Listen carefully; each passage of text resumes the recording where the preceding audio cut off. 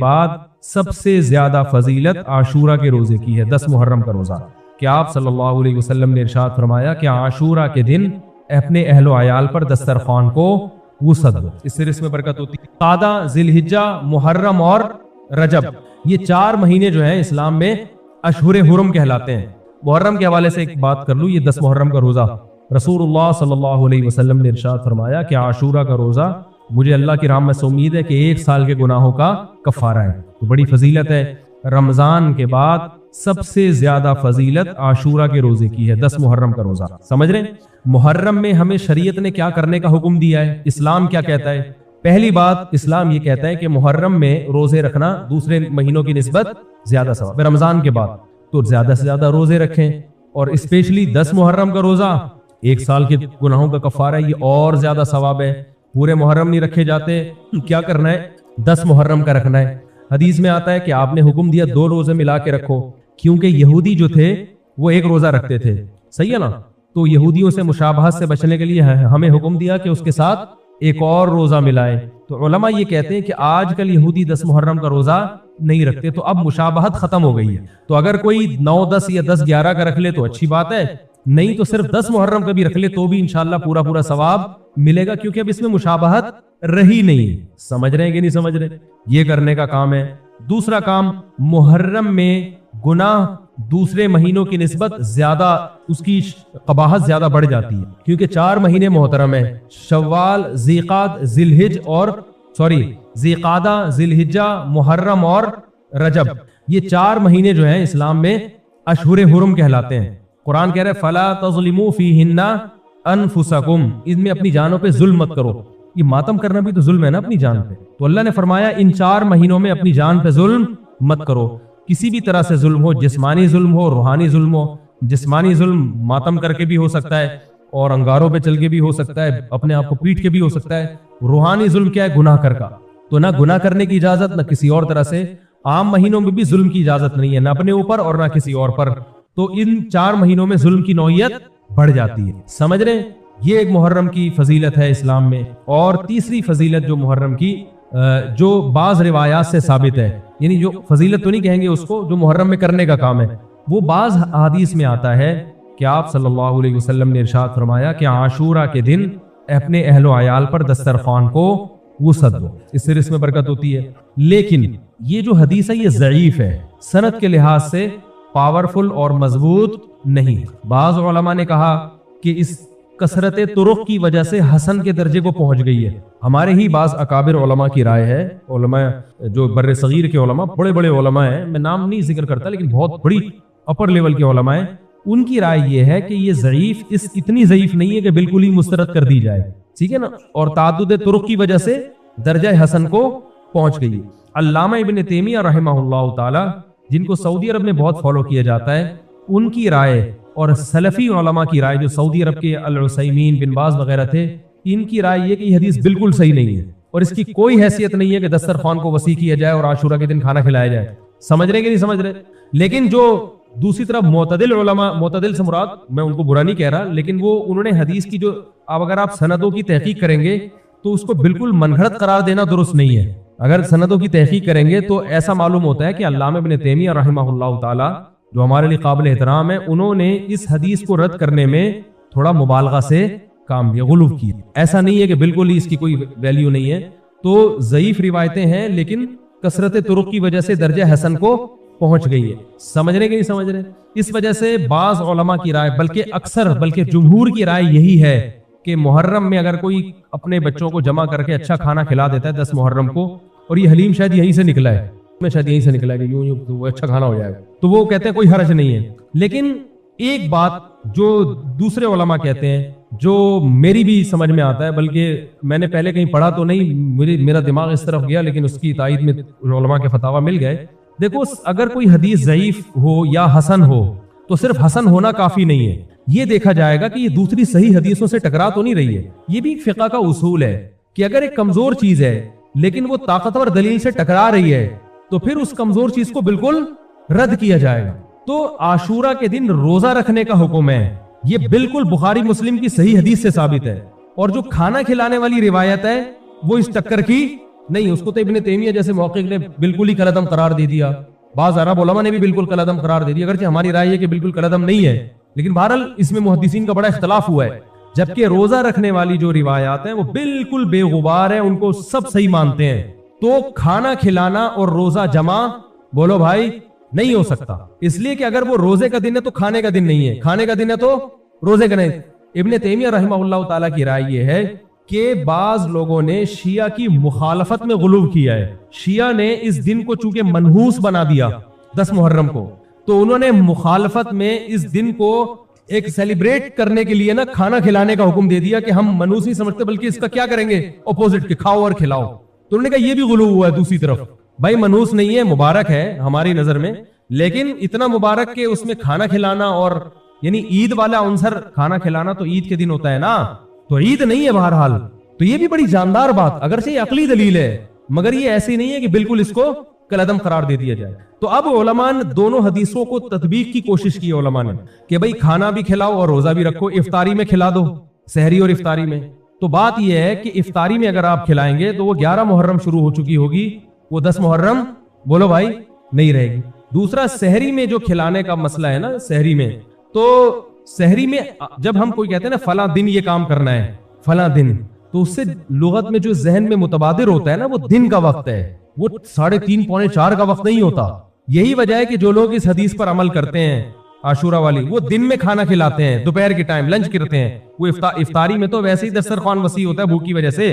ارے بابا وہ تو ویسے ہی بچوں کو جب روزہ رکھا ہوا ہے تو اچھا کھلاؤ, سحری اچھی کراؤ, اور افطاری وہ تو ویسے ہی بھوک کی وجہ سے رمضان میں دیکھو نا کیسے کھلے دسترخوان ہوتے ہیں. تو میں نے بڑی کوشش کی دونوں حدیثوں کو جمع کریں, لیکن تکلف کے بغیر یہ ممکن نہیں ہے. تو فقہ کا ایک اصول ہے کہ جب کوئی بے غبار صحیح حدیث ہوتی ہے اور اس سے ایک اصول ثابت ہو رہا ہے, تو اس کے مقابلے میں اگر کمزور روایت آئے گی جو اس سے ٹکرا رہی ہوگی, تو اس کمزور روایت کو اگرچہ وہ موضوع من گھڑت نہیں ہے لیکن اس کمزور کو اس صحیح حدیث کی مخالفت کی وجہ سے بولو بھائی رد کر دیا جائے. اس لیے میرا نالائق کا موقف یہ ہے, میں بہت نالائق ہوں, میں اتنی بڑی بڑی باتیں کرتا نہیں ہوں, لیکن ساڑی عقلچ یہ چیز آندھی نہیں ہے کہ بھائی جو روزے کا دن ہے وہ بھوکے پیاسے رہنے کا دن ہے, وہ کھانے کھلانے کا نہیں ہے. افطاری میں تو ویسے ہی کھاؤ بھی کھلاؤ بھی.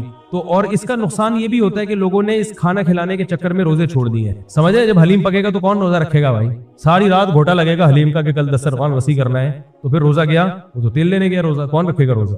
تو وہ حدیث صحیح حدیث کی بالکل اس میں ٹائٹ قسم کی مخالفت ہو رہی ہے. ٹھیک ہے نا, نالائق کی رائے, پھر بھی اگر کوئی دوسرے علماء کی رائے کو فالو کرتا ہے تو وہ کھائے بھی کھلائے بھی. میں کہتا ہوں جو مضبوط چیز ہے اس کو لینا چاہیے, جو کمزور چیز ہے اس کو چھوڑ دینا چاہیے. ہمارے حضرت مفتی رشید احمد صاحب رحمہ اللہ ایک بات کہتے تھے کہ جہاں کھانا کھلانے کی حدیث آئے گی نا وہاں مسلمان اس کو لے ہی لے گا. کھانے پینے کی جہاں بات آئے گی مسلمان کیا کرتا ہے, وہ کہتا ہے بھائی یہ صحیح ہے, یہ بالکل صحیح حدیث ہے. ٹھیک ہے نا, وہ کیا کرتا ہے, جن علماء کی تحقیق ہے وہ تو تحقیق سے کہہ رہے ہیں, لیکن عام پبلک کی عادت یہ ہوتی ہے کہ فتویٰ بھی اسی کا فالو کریں گے جہاں کھلانے کا تذکرہ. تو اب ہمارے کہتے ہیں جہاں کھانا کھلانے کی بات آئی مسلمان کہتے ہیں بس یہ بالکل صحیح بخاری کی طرز پر, بخاری کی شرط پر ہے. تو بھائی بھوکا رہنا عبادت ہے, بھوکا رہنا سنت ہے.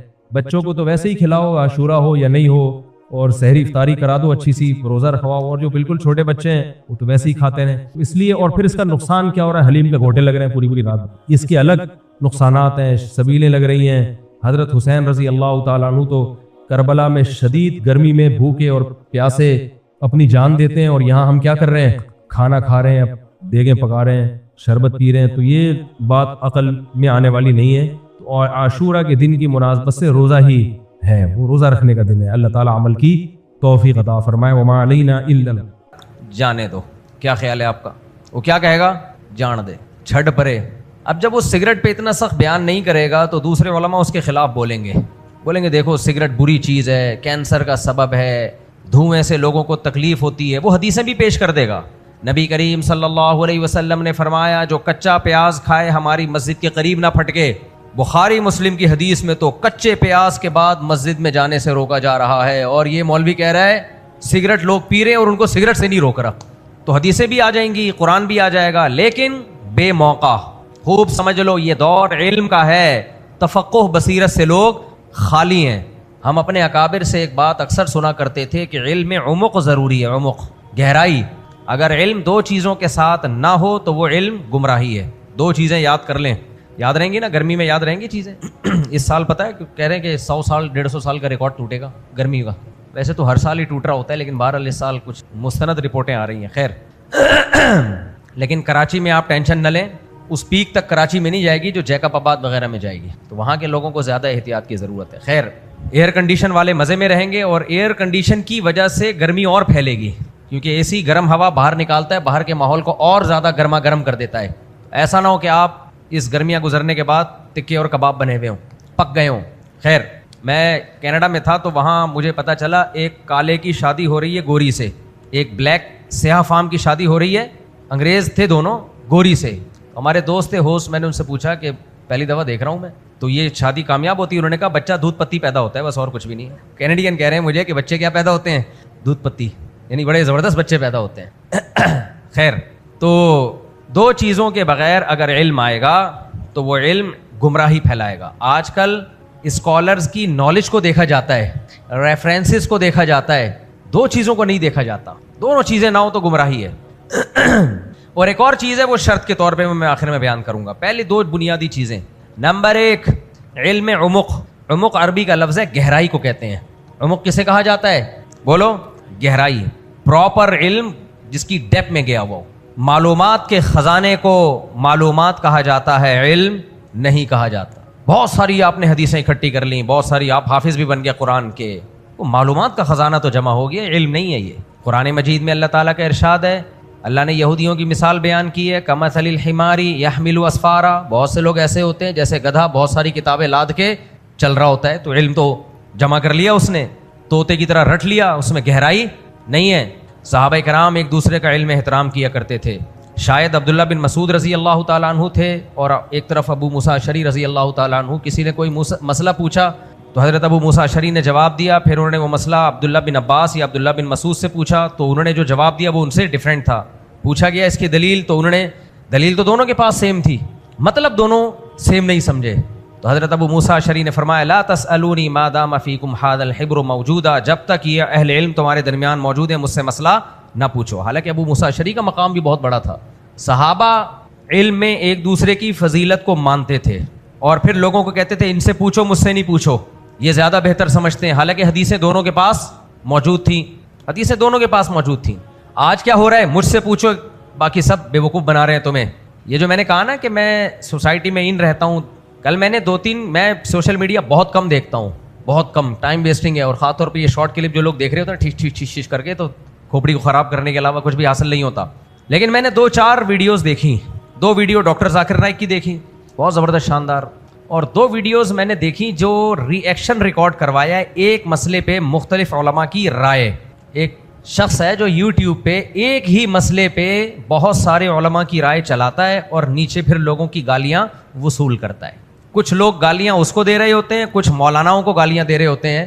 یار مسئلہ ایک ہے, 10 بندوں نے الگ الگ بیان کیا ہے, ہم کدھر جائیں کدھر سر پیٹیں, سمجھ میں نہیں آ رہی بات, کدھر جائیں یار. یہ پھر کس نے کہا ان مولویوں کو ختم کر دو تاکہ اختلافات ختم ہو جائیں. فار ایگزامپل ابھی تازہ قربانی گزری ہے, بھینس کی قربانی, ایک اختلافی مسئلہ کھڑا ہو گیا تھا, نہیں یہ بنا دیا گیا ہے. ان صاحب نے کلپ چلایا بھینس کی قربانی کے بارے میں, آئیے ہم فلاں مولانا کی رائے لیتے ہیں, اہل حدیث کی, اہل حدیث تقریر کر رہے ہیں بھینس گائے کی قسم میں داخل نہیں ہے. ڈاکٹر کہتے ہیں بھینس گائے کی قسم میں داخل نہیں ہے. بھینسے اور بھینس کا کراس نہیں ہوتا, الگ الگ جنس ہیں, ایک جنگلی جانور تھا اور ایک پالتو جانور ہے, وغیرہ وغیرہ. کیا نبی کریم صلی اللہ علیہ وسلم نے کبھی بھینسے کو قربان کیا؟ جواب نہیں.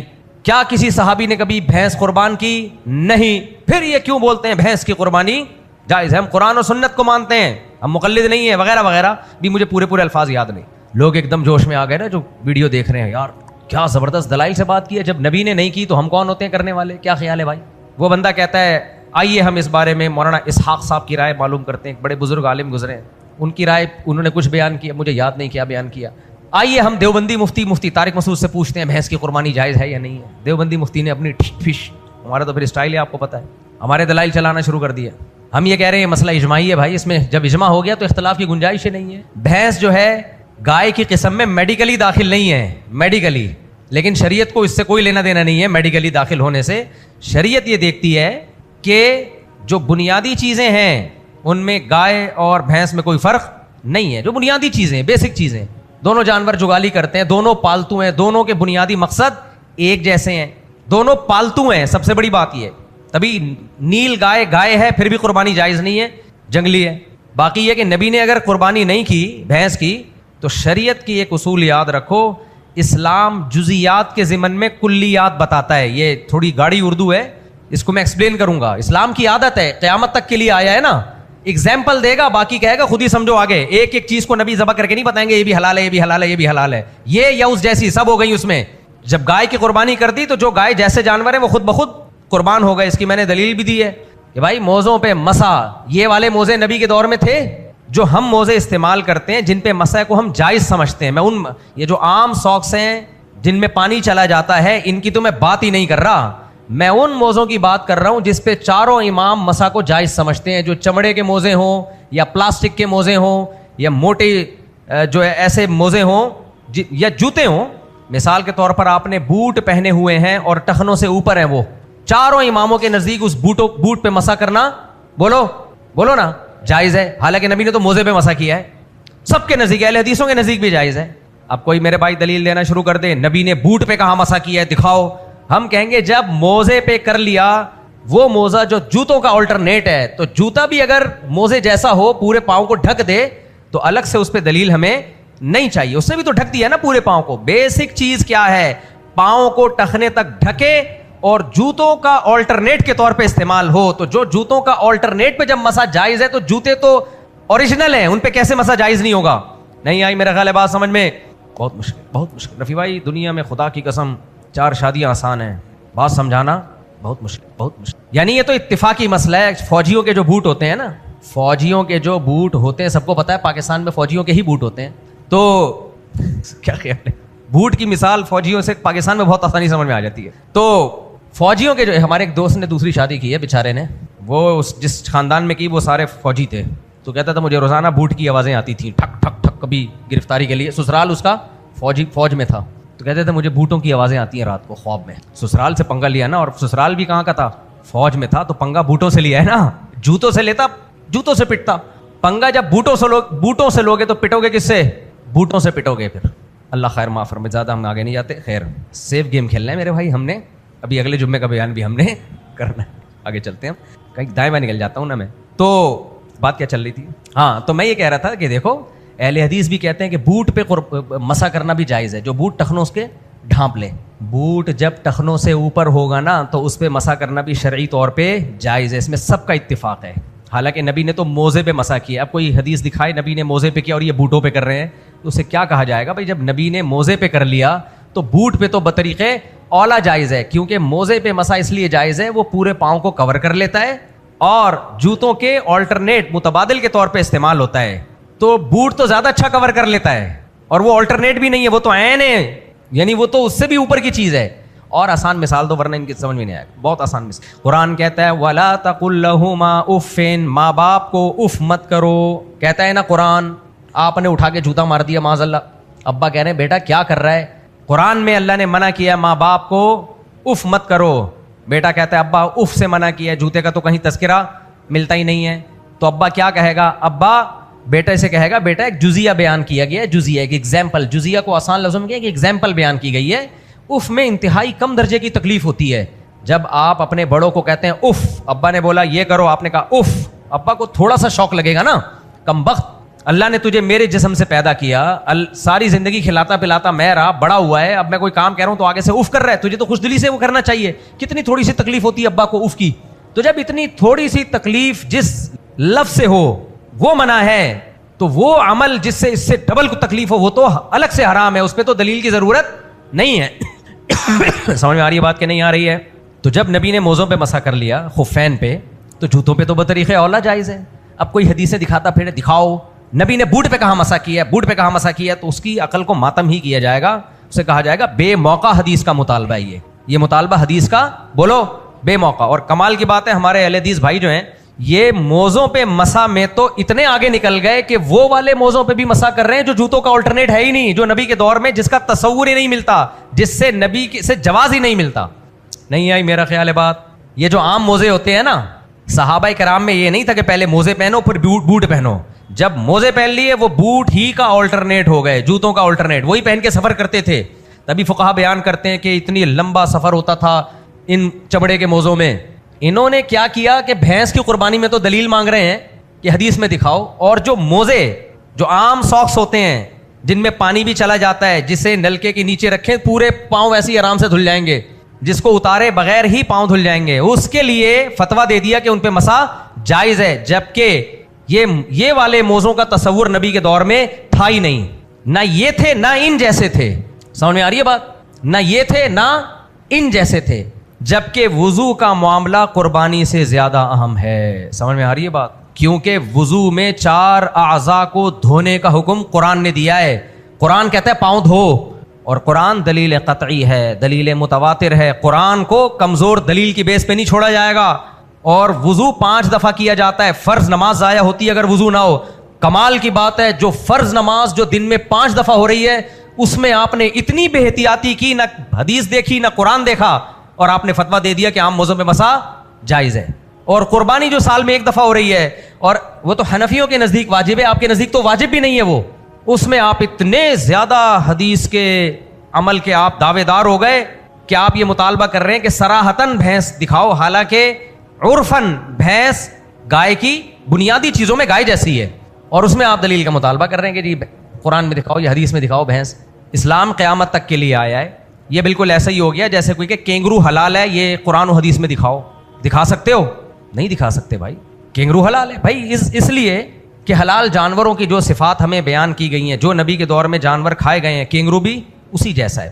اس بیس پہ حلال ہونے کا فتویٰ دے دیا. قربانی جائز نہیں کینگرو کی, اس لیے جائز نہیں ہے کہ وہ پالتو جانور نہیں ہے. قربانی پالتو جانوروں کی ہوتی ہے, جنگلی جانوروں کی قربانی نہیں ہوتی. خیر میں کہیں اور نکل گیا, ابھی تو بھینس کے دلائل دینا شروع کر دیے میں نے. اچھا, بعض لوگ یہ کہتے ہیں کہ جب علماء کا اختلاف آ گیا تو احتیاطاً اگر نہ کی جائے تو کیا حرج ہے بھینس کی قربانی. یہ بھی تفقع اور بصیرت سے خالی بات ہے. اس کا جواب سمجھو. بس یہ کر کے پھر میں آگے جا رہا ہوں, وہ پھر میں آؤں گا. علم میں 2 چیزیں ضروری ہیں. بعض لوگ کہتے ہیں جب ایک مسئلے میں اختلاف ہو گیا تو اہل حدیث بھی تو علماء ہیں نا, بہرحال ایسا تو نہیں ہے کہ بالکل فارغ ہوتے ہیں, دین کا علم تو ہے, دیندار بھی ہوتے ہیں, اللہ رسول کی محبت بھی ہوتی ہے. تو اختلاف کی بیس پہ چھوڑ دیا جائے تو کیا جا رہا ہے؟ خوب سمجھو, اختلاف وہ معتبر ہوتا ہے جو مجتہدین کا ہو. آج کل کے اسکالرس کے اختلاف کی کوئی حیثیت نہیں ہے, کوئی حیثیت نہیں. مجتہدین سے اختلاف دکھائیں, اسلاف سے اختلاف دکھائیں. اور دوسری بات یہ کہ جب ایک مسئلے پر اجماع ثابت ہو جائے نا, پھر تو اس کے بعد اختلاف کرنا ہی ناجائز ہے, حرام ہے. کیوں؟ قرآن سے بھی پتہ چلتا ہے کہ یہ امت گمراہی پہ جمع نہیں ہو سکتی, حدیث سے بھی پتہ چلتا ہے یہ امت گمراہی پہ جمع نہیں ہو سکتی. صدیوں علماء فتویٰ دیتے آئے ہیں کہ بھینس کی قربانی جائز ہے, اور صدیوں میں ایک بھی معتبر ایسے نہیں ملتے جنہوں نے اس کو ناجائز کہا ہو. تو اس کا مطلب اگر آپ اس میں مان لیتے ہو کہ شک ہے بھینس کی قربانی کے جائز یا ناجائز ہونے میں شک ہے, اس کا مطلب آپ یہ مان رہے ہو کہ اجماع کے صحیح یا غلط ہونے میں شک ہے, حالانکہ قرآن و سنت نے بتا دیا امت کبھی بھی گمراہی پہ جمع نہیں ہو سکتی. تو اس شک کی بیس میں احتیاط کیا جائے گا جو شک کسی دلیل کی بنیاد پر ہو. جو شک کسی دلیل کی بنیاد پہ نہ, اس میں احتیاط نہیں ہوتی. اس کی بھی میں حدیث سے مثال دیتا ہوں. دیکھو, جب شعبان کی 29 تاریخ تھی, رات کو دیکھا بہت سے لوگوں نے چاند نظر نہیں آیا, اور حکومت نے فیصلہ کر دیا شعبان کے 30 دن پورے ہوں گے. ہوتا ہے نا بہت دفعہ. امکان تو تھا نا کہیں آیا ہو, امکان ہے کہ نہیں ہے؟ ہو سکتا ہے کسی کو نظر آیا ہو, اس کی گواہی نہ لی گئی ہو, یا ہو سکتا ہے کہیں نکلا ہو نظر ہی نہ آیا ہو, یا ہو سکتا ہے نظر آیا ہو مگر اس کی گواہی ہلال کمیٹی نے مسترد کر دی ہو. 15-20% امکان ہوتا ہے کہ ہو سکتا ہے رمضان شروع ہو گیا ہو. احتیاط اس میں تھی کہ ایک روزہ رکھ لیا جائے, نفلی روزہ سمجھ, نفلی ہو جائے گا نا زیادہ زیادہ. نہیں آئی سمجھ میں بات؟ شک تو ہے کہ یار ہو سکتا ہے. یار ماہر فلکیات بھی کہہ رہے ہیں کہ امکان تھا کہ کل روزہ ہو سکتا تھا, امکان ہے, یقین نہیں ہے. تو اس امکان کی بیس پہ احتیاط کیا ہے؟ روزہ چھوڑا جائے یا رکھ لیا جائے. احتیاط یہی ہے کہ رکھ لیا جائے نا, تاکہ رمضان ہوگا تو ہو جائے گا, نہیں ہوگا تو چلو نفلی ہو جائے گا. کیا خیال ہے؟ لیکن نبی صلی اللہ علیہ وسلم نے یوم شک کا روزہ رکھنے کو ناجائز قرار دیا, منع کیا مت رکھو. کیوں؟ یہ شک دلیل کی بیس پہ نہیں ہے. جب حکومت نے ان گواہیوں کو مسترد کر دیا ہے اور اس کو ایکسیپٹ نہیں کیا گیا تو اٹ مینس وہ گواہی معتبر نہیں ہے. اس سے اب اگر شک کی بیس پہ رکھو گے, شک کی بیماری پیدا ہوگی اور کچھ بھی نہیں ہے, وہم کے مریض بنو گے. ہر عبادت میں کنفیوژن ہو جائے گی. میں سمجھا پا رہا ہوں کہ نہیں سمجھا پا رہا؟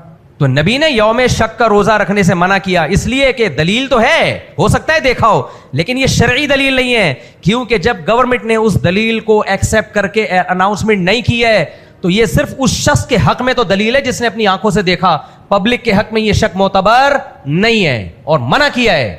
تو ہمارے اہل حدیث بھائی 100% ہمارے لیے قابل احترام ہے، لیکن یہ اگر کہہ دیں گے کہ گائے کی، یہ بھینس کی قربانی حلال نہیں ہے تو اس کی وجہ سے یہ مسئلہ مشکوک نہیں بن جائے گا، یہ اس دلیل کی کوئی حیثیت نہیں ہے، کیونکہ مجتہدین نے کوئی اختلاف نہیں کیا اس مسئلے میں. سمجھ میں آ رہی ہے بات کہ نہیں آ رہی ہے؟ تو شک نہیں ہوتا اس میں، یہ ایسے تو کچھ بھی کوئی بھی اٹھ کے فتویٰ دے دے شک پیدا ہو جائے گا. اور اگر آپ نے شک کرنا ہے تو پھر ٹھیک ہے جھینگے کو حرام کہو، کیونکہ امام حنیفہ کہتے ہیں جھینگا ناجائز ہے، کیکڑا کیا ہے ناجائز، باقی امام کہتے ہیں جائز ہے، تو شک کی بیس پہ جھینگا بھی چھوڑو کیکڑا بھی چھوڑو. یہ عجیب. ہمارے ایک دوست ہیں بڑے قابل احترام ہیں، وہ بھی اہل حدیث ہیں، میرا بہت خون پیتے رہتے ہیں لیکن میرے لیے قابل احترام ہے، بڑی بہترین دوستی ہے ان سے میری. اپنے آپ کو کہتے ہیں اہل حدیث نہیں ہے لیکن ہیں وہ اہل حدیث ہی، تھوڑے تھوڑے چٹکلے بھی مجھے بھیجتے رہتے ہیں طنز کرنے کے لیے، لیکن دوستی ہے تو ہم سب پھر ہم بھی کر دیتے ہیں، دوستی میں تو چلتا ہے نا. اور عجیب آدمی ہیں اہل حدیث لیکن مجھے بڑا پروٹوکول کرتے ہیں، محبت بھی کرتے ہیں. بس کیا بتاؤں، میں محبت کی مثالیں نہیں دینا چاہتا، ہدیے ودیے نہیں دیتے، ویسے محبت کرتے ہیں. انہوں نے مجھے ایک دفعہ بولا کہ مفتی صاحب اس مسئلے میں جب کیکڑا کھانا امام شافعی کے نزدیک جائز ہے، ٹھیک ہے امام حنیفہ ناجائز کہہ رہے ہیں اور آپ کے پاس دلائل بھی ہوں گے اپنے، ٹھیک ہے، لیکن ایک عرب سلفی عالم کا مجھے کلپ بھیجا کہ نبی صلی اللہ علیہ وسلم جب بھی دو مشکل معاملات میں پڑتے تو آسان کو اختیار کرتے، اختار ایسرہما. آئی بات سمجھ میں؟ کس کو لیتے؟ جو آسان ہوتا. نمبر 2، آپ صلی اللہ علیہ وسلم نے فرمایا الدین یسر، دین میں کیا ہے؟ آسانی. تو انہوں نے کہا جب دین آسان بھی ہے، کیکڑا سستا بھی ہے، یہ تو میں نے اپنی طرف سے لگا دیا، دین آسان بھی ہے اور نبی صلی اللہ علیہ وسلم آسانی کو ہمیشہ ترجیح دیتے، اور نبی صلی اللہ علیہ وسلم نے یہ بھی فرمایا کہ اللہ چاہتے ہیں کہ اللہ نے جو رخصتیں ہمیں دی ہیں ہم ان رخصتوں سے فائدہ اٹھائیں، جو آسانیاں ہمیں دی ہیں ان آسانیوں سے ہم بولو نا فائدہ اٹھائیں. تو اب اللہ نے مجتہدین میں اختلاف ڈال دیا، اس کا مطلب بالاتفاق حرام نہیں ہے، کیکڑا بالاتفاق حرام نہیں ہے، تو اس کا مطلب اللہ کی طرف سے کیا ہے یہ بھائی، اللہ نے اگر اس میں شدت کرنی ہوتی چاروں اماموں کا اتفاق بھی تو کروا سکتا تھا نا، یعنی ایسے دلائل کے انبار لگا دیتا اللہ کیکڑے پر کہ سب کا اتفاق ہو جاتا. جیسے 5 نمازوں میں سب کا کیا ہے؟ اتفاق ہے، رمضان کے روزے میں سب کا اتفاق، حج فرض ہے سب کا اتفاق، داڑھی ایک مٹھی رکھنا ضروری ہے سب کا اتفاق، عورت پہ پردہ ضروری ہے سب کا اتفاق. جب کیکڑے میں اختلاف ہے اس کا مطلب کچھ ہے. آئی بات سمجھ میں؟ دیکھو کیکڑا کھانے، کیکڑا بھی کہہ رہا ہوگا یار کیا بات ہے یار میری نسل کشی کے لیے. میں نے کہا بھائی دیکھو بات یہ ہے، ایک طرف کی دلیل آپ لے رہے ہو دوسری طرف کی دلیل نہیں لے رہے. ان حدیثوں کا یہ مطلب نہیں ہے، ان حدیثوں کا یہ مطلب نہیں. میں نے کہا اگر ان حدیثوں کا یہ مطلب ہے تو دوسری طرف دوسری حدیث بھی ہے، الحلال بین والحرام بین، حلال بھی واضح ہے اور حرام بھی واضح ہے. حلال کیا ہے؟ شہد کیا ہے بولو؟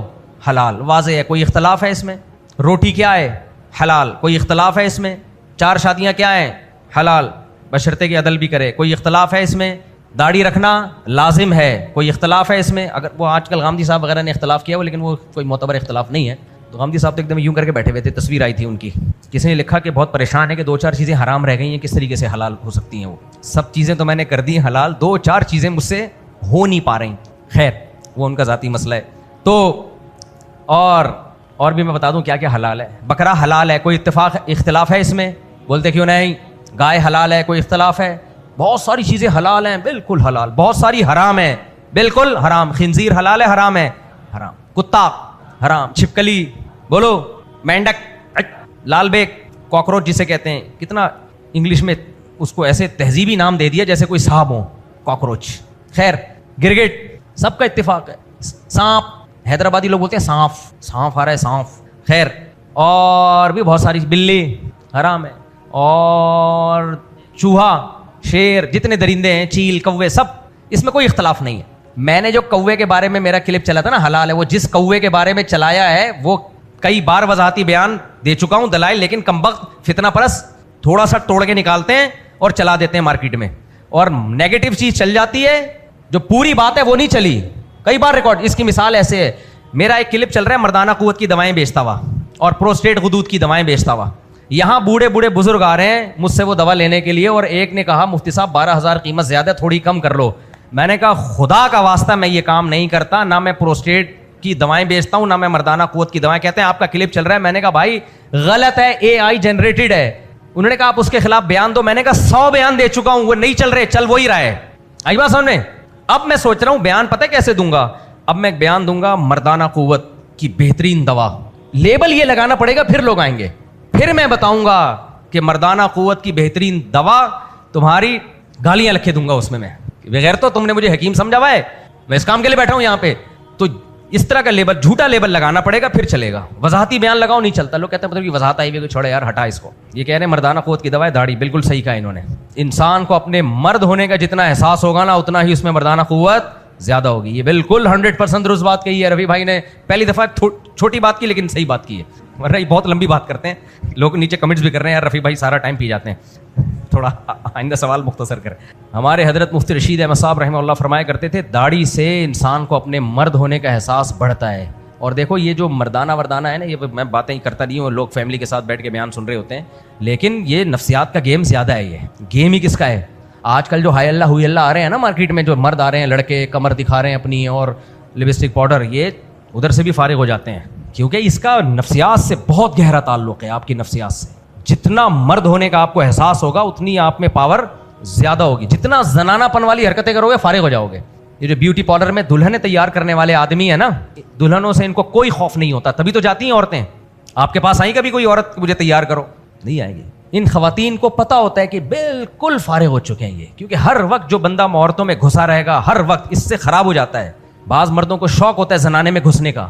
شادی بیاہ میں ایسا ہوتا ہے, بعض دفعہ پارٹیشن ہوتی ہے. بہت ساری خواتین شکایت کرتی ہیں اچھا ہوا یہ بیان میں یہ بات آ گئی, بیان میں یہ بات آ گئی ہے, اچھا ہو گیا, الگ عنوان سے نہیں آتی, بعض چیزیں بیچ میں یاد آ جاتی ہیں. بعض ابھی بھی بعض لوگوں میں غیرت ہے, وہ شادی بیاہ میں ولیمے کی دعوتوں میں پارٹیشن کرتے ہیں, لیڈیز ادھر آدمی ادھر. بہت ساری خواتین کہتی ہیں کہ ہم پردے میں بیٹھے ہوتے ہیں, مرد پردہ اتار دیتی ہیں وہاں جا کے, وہ کیونکہ عورتوں میں بیٹھی ہیں, اور ادھر سے مرد بغیرت گھس گھس کے اس زنانے میں جا رہے ہوتے ہیں. شرم نہیں آتی؟ جب پارٹیشن کی ہے تو کی اس لیے کہ تاکہ پردے دار عورتیں ادھر ہوں, لیکن کچھ مرد ہوتے ہیں ہجڑے قسم کے, ان کو شوق ہوتا ہے کہاں گھسنے کا, زنانے میں گھسنے کا. کچھ شرم اور غیرت بھی کوئی چیز ہوتی ہے یار. ہاں الگ سے چلوائیں گے. جو عورت پردہ چاہ رہی ہے اس کے سامنے تو مت آؤ نا, ٹھیک ہے. جو نہیں پردہ کرنا چاہ رہی تم جانو وہ جانے, لیکن جو پردہ کرنا چاہ رہی ہے تو مرد میں غیرت ہوتی ہے, اس کا احترام کرتا ہے. ایک خاتون نے بتایا کہ میں فل پردہ کرتی ہوں, بازار میں کہیں شاپنگ کے لیے جاؤں, ذرا سی کلائی کھل جائے نا, یہ مردوں کی حالت بتا رہا ہوں, داڑھی والا ہو بغیر داڑھی والا ہو سارے مڑ کے دیکھتے ہیں یار یہ ٹھڑک کی انتہا ہے یا نہیں ہے بغیرتی کی. میڈیا پہ تم سب کچھ دیکھ سکتے ہو, ٹک ٹاک پہ سب کچھ دیکھ سکتے ہو, پھر بھی ٹھڑک پوری نہیں ہو رہی ہے. ایک عورت کا بیان ہوتا نا, میں نہیں بتاتا, جتنی پردے دار خواتین ہیں کہتی ہیں ہم کہیں شاپنگ کرنے جائیں فل پردے میں ہوتے ہیں, آنکھ کھل جائے سارے ٹھڑکی مڑ مڑ کے آنکھ کو دیکھیں گے. جیسے کبھی کسی عورت کی آنکھ دیکھنا ان بغیرتوں کو مجھے بہت غصہ آتا ہے اصل میں. دیکھو منڈیاں کھلی ہوئی ہیں, طوائف خانے کھلے ہوئے ہیں, منہ کالا کرنا ہے ادھر جا کے کر لو, آپ جانو اللہ جانے, اللہ آپ سے حساب لے لے گا. پردے دار عورت کو تو بخش دینا چاہیے, کیا خیال ہے؟ اور ایسے کلائی دیکھ رہے ہیں جیسے زندگی میں کسی عورت کی کلائی گالیاں نکل رہی ہیں میرے منہ سے یار. جو چھپانا چاہ رہی ہے اپنے آپ کو اس کا تو احترام کر لو نا, اس کا تو احترام کر لو. ایک عورت کا بیان نہیں ہے, درجنوں عورتیں کہتی ہیں داڑھی والے ہو بغیر داڑھی والے, فوراً مڑتے ہیں, ایک دفعہ تو دیکھتے ہی ہیں لازمی, کہ پتہ نہیں ایسا نہ ہو کہ کوئی علوم ہے جو ہم سے رہ جائیں. کوئی ذرا سی پنڈلی کھل جائے سارے مڑ مڑ کے کر کے دیکھیں گے جیسے پتہ نہیں کسی عورت کی پنڈلی دیکھنا کبھی ان کو نصیب نہیں ہوئی ہے. اور چہرہ کھل جائے تو دیکھیں گے. برقعے والی عورت کو نا ٹھڑک سے, آپ لوگ کے علاوہ کی بات کر رہا ہوں, آپ ٹینشن میں نہ جائیں, برقعے والی عورت کو برقعے میں جاری ہوگی پورا گھر تک پہنچا کے آئیں گے. بس کرو یار, کچھ اخلاقیات بھی کوئی چیز ہوتی ہے, اخلاقیات بھی کوئی چیز ہوتی ہے. تو کم از کم پردے والی عورت جو اپنے آپ کو چھپانا چاہ رہی ہے اس کو کیوں مڑ مڑ کے دیکھ رہے ہو؟ بس اخلاقیات ختم. ہم تو غیرت مند لوگوں کو جانتے ہیں. ابھی کیا غیرت مندوں کے واقعات سناؤں میں یار. ہم نے بچپن میں ایک واقعہ سنا تھا, ایک آدمی کا دوست, سچا واقعہ ہے, بیتی ہے انہوں نے ایک واسطے کے ذریعے مجھ تک پہنچی خبر. یہ واقعہ بھی ہوگی 25-30 سال پرانا واقعہ ہوگا. ایک آدمی دوست کو گھر لے آیا کہ بھابھی سے ملیے, پردہ وردہ نہیں کروایا بھابھی سے. پردہ کرانا فرض ہے میرے بھائی, دوستوں سے بھی اپنی بیوی کو, لیکن خیر براڈ مائنڈیڈ. بیگم صاحبہ عاشق ہو گئیں اس کے دوست پہ, بیگم صاحبہ عاشق ہو گئیں دوست پہ, آنکھ مٹکا شروع کر دیا. اس کو غیرت آئی کہ یار دوست جو ہے مجھے اپنے گھر لے کر آیا اس اعتماد پہ کہ میں اس کی بیوی کو بہن کی نظروں سے یا بھابھی کی نظروں سے دیکھوں گا. اسی نیت سے لاتے ہیں نا کہ یار تجھ پہ ٹرسٹ ہے. اور آنکھ مٹکا ہو گیا, یہ برائی کی دعوت دے رہی ہے. اس نے کہا کہ میں اپنے دوست کے ساتھ خیانت بولو نہیں کر سکتا. ایسے غیرت مند بھی ہیں آٹے میں نمک کے برابر کہ یار وہ مجھ پہ ٹرسٹ کر رہا ہے اور میں اسی کی بیوی پہ غلط نظریں ڈالوں گا. آفر ہوگی تو بھی جھٹلا دیا اس نے. اب میں زیادہ ڈیپ میں نہیں جا رہا اس واقعے کے.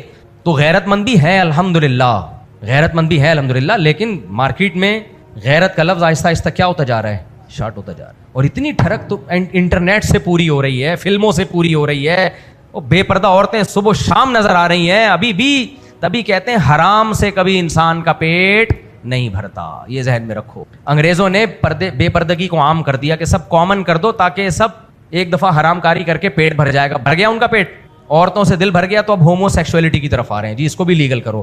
ان سے بولو تمہارے ہاں نائٹ کلب کھلے ہوئے ہیں, جدھر جا کے منہ کالا کرنا ہے تم اپنی پسند کی عورت سے منہ کالا کر سکتے ہو.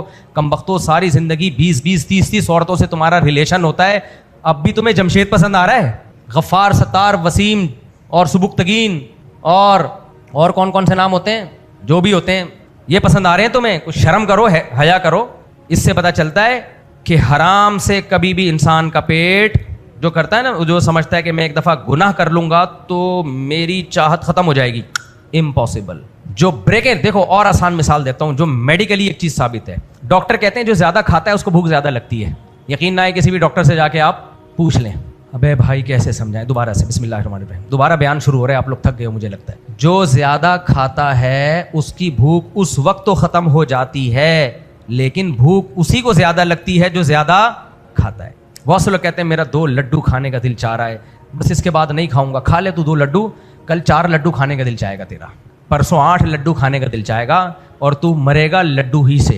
سمجھ میں آ رہی ہے بات؟ جو روزے رکھتے ہیں کیونکہ بھوک پہ کنٹرول کرتے ہیں, ان کی کنٹرولنگ پاور بڑھتے بڑھتے یہاں تک پہنچتی ہے کہ ان کو بھوک لگنا کم ہو جاتی ہے. آئی بات سمجھ میں؟ یہی شہوت کا حال ہے. حرام فلمیں دیکھو گے, فحش فلمیں, موویز دیکھو گے, لڑکیوں سے باتیں کرو گے, اور بھی معلوم نہیں کیا کیا گندگیاں ہو رہی ہیں, میں سب کو نہیں ہائی لائٹ کرنا چاہتا.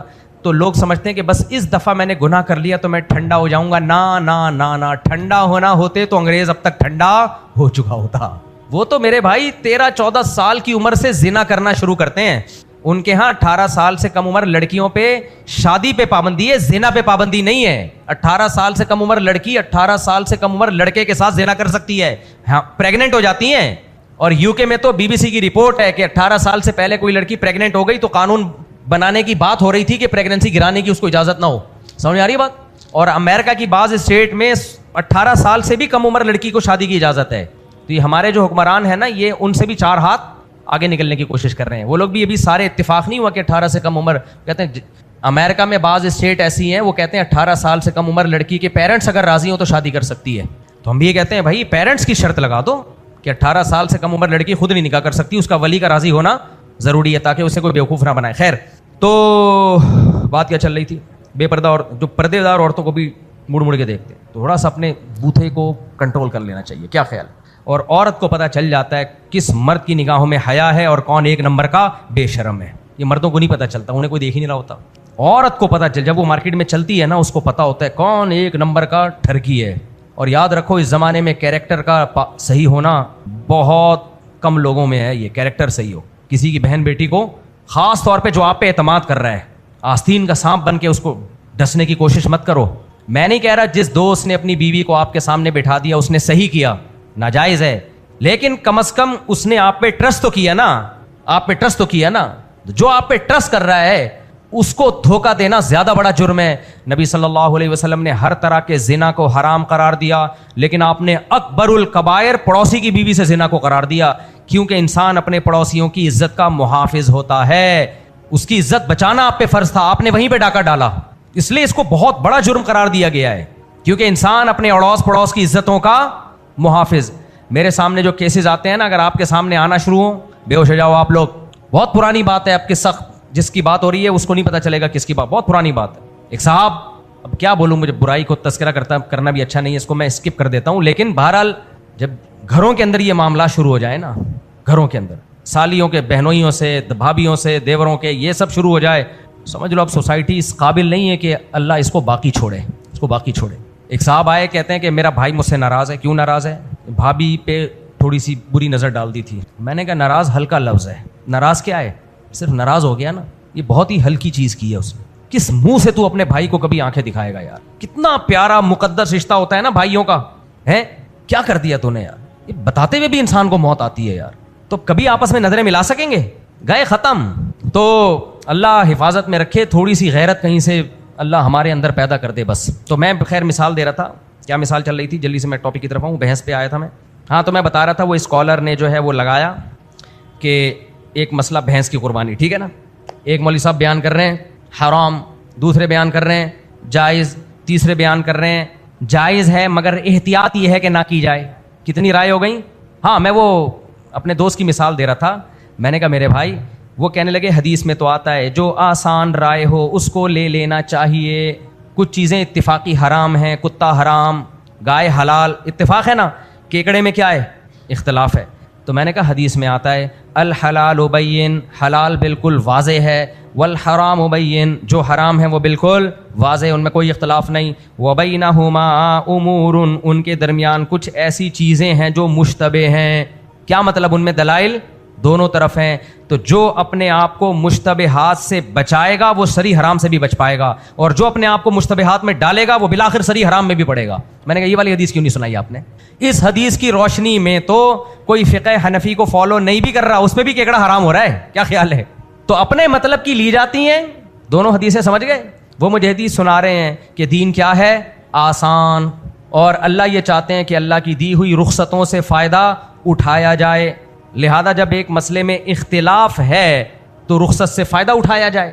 میں نے کہا دوسری طرف حدیث میں آتا ہے کہ حلال و حرام دونوں واضح ہیں, کچھ چیزیں بیچ میں ہیں, کچھ حلال کہیں گے کچھ حرام کہیں گے, تو احتیاط کا تقاضا کیا ہے؟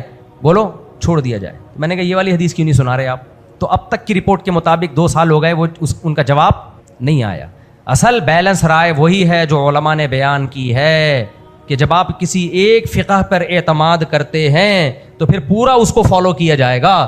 اب جو امام شافعی کی رائے پر اعتماد کر رہا ہے تو امام شافعی کے نزدیک کیکڑا مشکوک ہے ہی نہیں, وہ کہتے ہیں بالکل حلال ہے. امام ابو حنیفہ کے نزدیک بالکل حلال نہیں ہے. تو ایک رائے کو فالو کریں, یہ نہیں کہ کیکڑے کے لیے شافعی بن رہے ہیں اور کبھی ادھر دیکھو. امام ابو حنیفہ کے نزدیک جو ہے صدقہ فطر میں پیسے نہیں دیے جا سکتے, آٹا دینا. امام شافعی کے نزدیک صدقہ فطر میں پیسے نہیں دیے جا سکتے, آٹا دینا پڑے گا.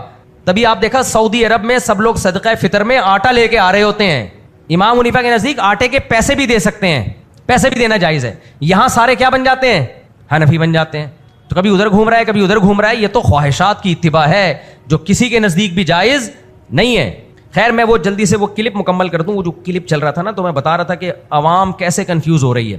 تو وہ ایک یوٹیوبر ہیں, انہوں نے کلپ چلایا. ایک مولانا صاحب کہہ رہے ہیں بھینس حرام ہے, دوسرے مولانا صاحب کہہ رہے ہیں بھینس حلال ہے, میرا والا چلا دیا. پھر تیسرا چلایا, وہ کہہ رہے ہیں اختلاف ہے, احتیاط یہ ہے کہ نہ کی جائے. پھر چوتھا کہہ رہا ہے بالکل جائز ہے, پانچواں کہہ رہا ہے بالکل حرام. ایک پوری دیگ بنا کے نا اسکالرز کی کھچڑی بنا کے مارکیٹ میں ان نیچے کوئی کہہ رہا ہے طارق مسعود کی رائے صحیح ہے, کوئی کہہ رہا ہے فلاں کی رائے صحیح ہے, کوئی کہہ رہا ہے فلاں کی رائے صحیح ہے, کوئی کہہ رہا ہے ان مولویوں کو اڑا دو تاکہ یہ اختلافات ہمیشہ کے لیے ختم ہو جائے, کوئی کہہ رہا ہے اس اسکالر کو گالیاں دے رہا ہے. ایک کھچڑا پکا ہوا ہے.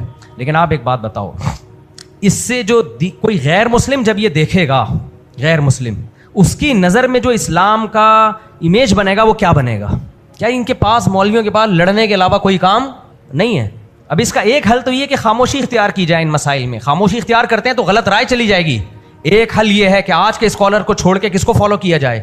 پہلے لوگوں کو. قرآن و سنت آج نازل نہیں ہوا, صدیوں پہلے نازل ہوا ہے. صدیوں پہلے جو فقہا نے محدثین نے سمجھا وہ درست ہے. میں اور آپ جو آج سمجھ رہے ہیں وہ درست نہیں ہے. ہر شخص قرآن و سنت کے نام پہ اپنی رائے پیش کرے گا آپ کے سامنے. دوسرا کلپ چل رہا ہے, 3 طلاقیں 3 ہوتی ہیں کہ 1 ہوتی ہیں. ایک اہل حدیث کا کلپ چلایا 1 ہوتی ہے, دوسرے کا چلایا 1 ہوتی ہے, میرا چلا دیا 3 ہوتی ہیں, پھر دوسرے کو چلایا 1 ہوتی ہے, پھر تیسرے کو